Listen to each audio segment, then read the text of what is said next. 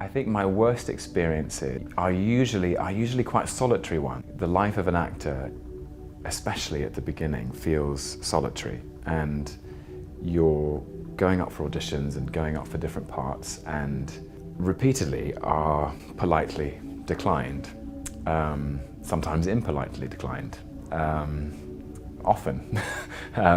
And the door will be closed in your face and you won't know why.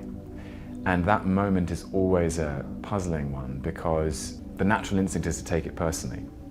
And often the decision isn't personal, but you feel as though, I certainly felt as though I had failed, and you can get very despondent.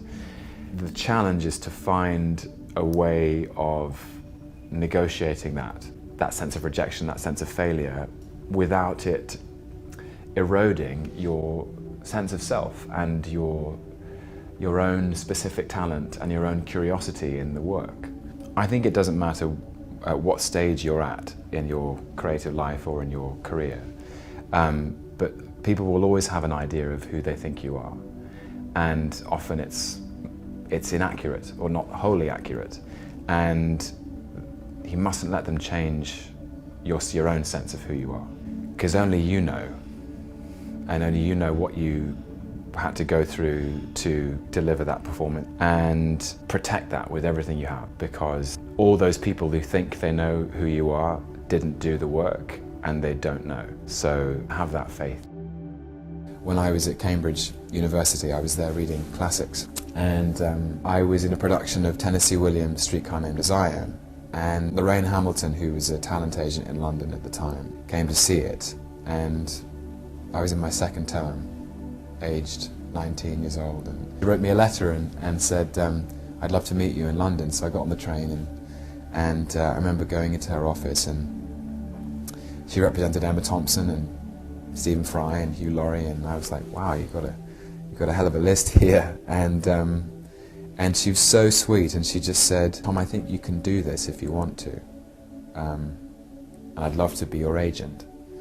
And I was just amazed and incredulous, and it was really that moment, being in that production, that was when I gave myself permission to want to do it as much as I think I always had.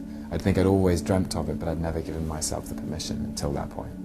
And then I was off to the races, I was flying. There was nothing else I was going to do.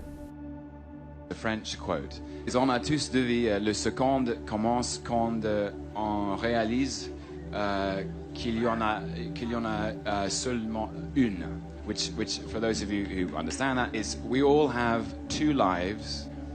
The second begins when you realize you only have one. So I'm not wasting any time, and the thing is that, you know, with negativity is they are like clouds that pass across the sun, and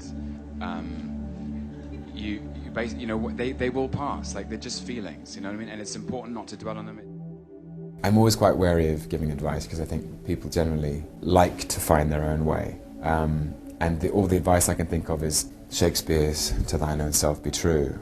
The more authentic and honest you are in your interaction with the world, both professionally and personally, the better you will be placed to do the kind of work which will touch others and move their hearts and minds. Because if you mean it, the chances are it's going to mean something to somebody else.